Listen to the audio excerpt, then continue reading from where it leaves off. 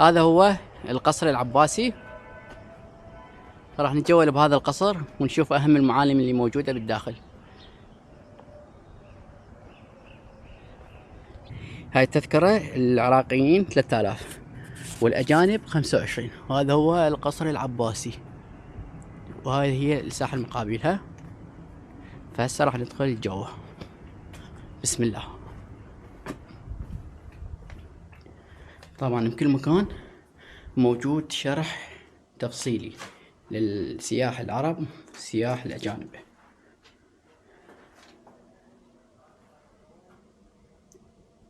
يقول لك بناه الخليفة الناصر لدين الله 576 580 هجرية.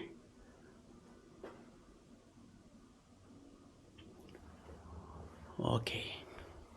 طبعا بناء شبيه للمدرسة المستنصرية. هذا هو القصر العباسي. طبعا هذه الساحة الأمامية، شو الأمامية أو هذه الساحة اللي موجودة بالوسط، وهذا هو القصر.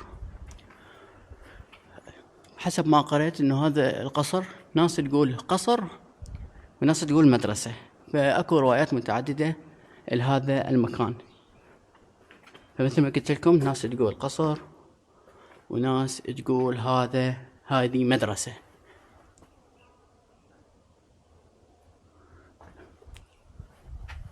شوفوا النقوش الموجودة، يا سلام، أنا أحب هيك نقوش.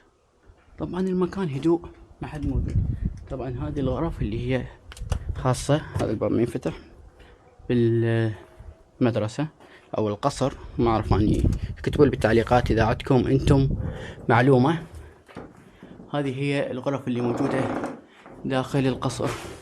أكو ناس قريت بالإنترنت طبعا يقولون أيضا هذا القصر هو كان بالحرب يستخدمونه، كان ضامن به عتاد اللي هو البارود.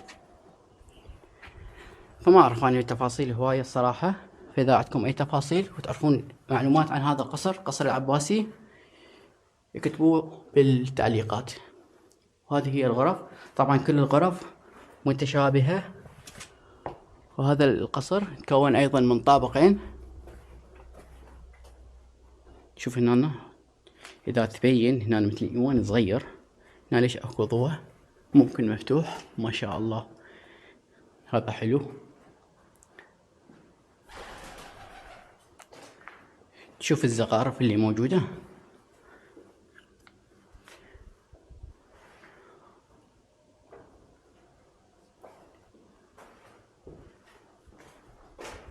انت ما بي احد اكو اماكن بها يخلوا الناس تشرح للسائح او للزائر، مرشد لا، يخلون داخل المكان. المرشد هذا يقول له روح زور فلان وزور فلان. طبعا هذا الصور لقيتها بجوجل ايضا، اللي هو المنفلش نفسه. طبعا هذه النقوش اللي موجودة على القصر. خلينا ندخل للطابق العلوي. اوكي، نشوف. بسم الله. اللي هو الطابق الثاني. يا الله، هاي ليش الدرج مثل مدرسة المستنصرية؟ الدرج مالتهم يا اخي يتعب وعالي. من ننزل ايضا نشوفكم اياه. طبعا هذا هو القصر من الاعلى، ما شاء الله. هنا اذا دوخ وقع ما حد يعرف فيه. ليش؟ تعرف ليش؟ لان ما حد موجود هنا، ما حد موجود بتاتا. يا اخي شيء مريح من انه انت تزور مكان ما حد موجود فيه، خصوصا اذا تاريخي، تاخذ راحتك بالتصوير. بينما اذا مكان ترفيه لا، المفروض يكون اكو ناس حتى يكون المكان يزداد جماليته بالناس. هذه هي نافورة. وهذا هو القصر العباسي. طبعا ما بي تفاصيل هواي مثل المدرسة المستنصرية، ما اعرف، اشوفها انه هي اكثر تفاصيل. اوكي، شو راح نسوي هسه؟ راح ننزل وطبعا الدرج راح تشوفوه شلون يصير. طبعا راح نصور الجهة المقابلة مبينة حلوة. خلينا نشوف بس شوفوا له هذا الدرج يا اخي مثل المدرسة المستنصرية. هنا اذا يجي ساعة واحدة ويعثر يوقع ما حد يدري بيه. هسه انا اذا اوقع هنا ما حد يدري بيه. اوكي الدرج ممكن تشوفونه عادي بس اذا جربتوه لا راح تشوفون الدرج مو عادي. درج عالي اصلا يعني باية الدرج عالية. اوكي بالقصر العباسي المدرسة المستنصرية، وهذه النقوش الخاصة بالقصر العباسي. شوف جمال الزخارف، هي مو بس فعليا الزخارف وإنما هو المكان فعليا مكان حلو وتصميمه كلش حلو، خصوصا إذا هو قديم. يعني القديم يكون تصميمه بسيط لأن ما كانت أكو ذيك الإمكانيات بذاك الوقت. بس بالعهد العصر العباسي كان هناك العلم متطور عندهم. يعني تخيلوا مدرسة المستنصرية هي أقدم مدرسة موجودة بالعالم كله بتاريخ البشرية. أقدم مدرسة موجودة هي مدرسة المستنصرية، وجانبها يكون هو هذا القصر العباسي اللي مثل ما قلت لكم ناس تقول قصر وناس تقول هذه مدرسة. اللي يقول قصر لأنه شكله قصر وشايفين رئيس الدولة بذاك الوقت انه جاي هنا، اللي هو الناصر لدين الله، شايفينه جاي هنا فيقولون هذا قصر. واللي يقول عليه هذه مدرسة قرب التصميم مال مدرسة المستنصرية. يعني اذا تلاحظون الغرف هي نفس الغرف تقريبا هي، فيقولون هذه مدرسة لأن نفس تصميم المدرسة المستنصرية أو مشابه لمدرسة المستنصرية.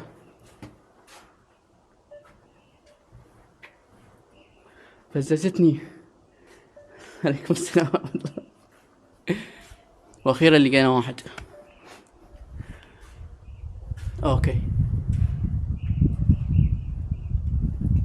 هذا التصميم الخاص بالقصر. اوكي هنا اكو بعض النقوش، هذه النقوش موجودة مثل ما تشوفوها.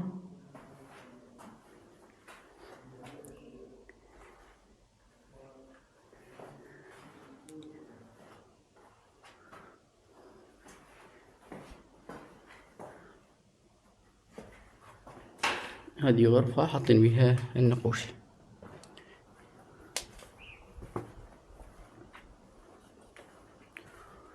اوكي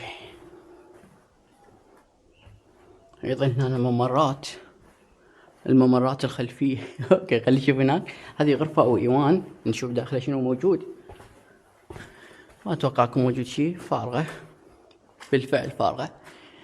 يعني ممكن يستغلون هذا المكان يخلون بيه اشياء تراثية هنا، يصير المكان احلى ويجذب السياح اكثر. يعني سائح يجي راح ياخذ صور بالوسط، تمام، يعني بوسط المبنى اللي هو هذا، تمام، ياخذ صور ويروح مثل ما تشوفون.